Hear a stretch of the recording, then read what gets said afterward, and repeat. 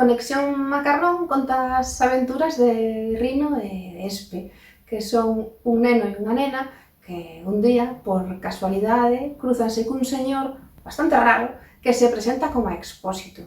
E todo o mundo sabe que na Terra non existe ningún expósito que lles dixo ese nome porque é o máis parecido a extraterrestre.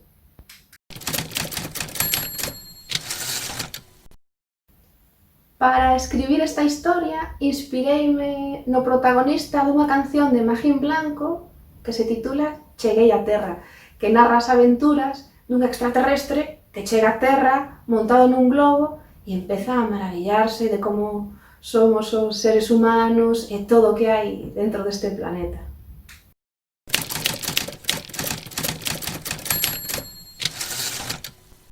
Durante moitos anos, o meu extraterrestre favorito foi ET, ata que entrou na miña vida Son Goku, que desde ese momento o desbancou de xeito automático. Son Goku é o meu extraterrestre favorito.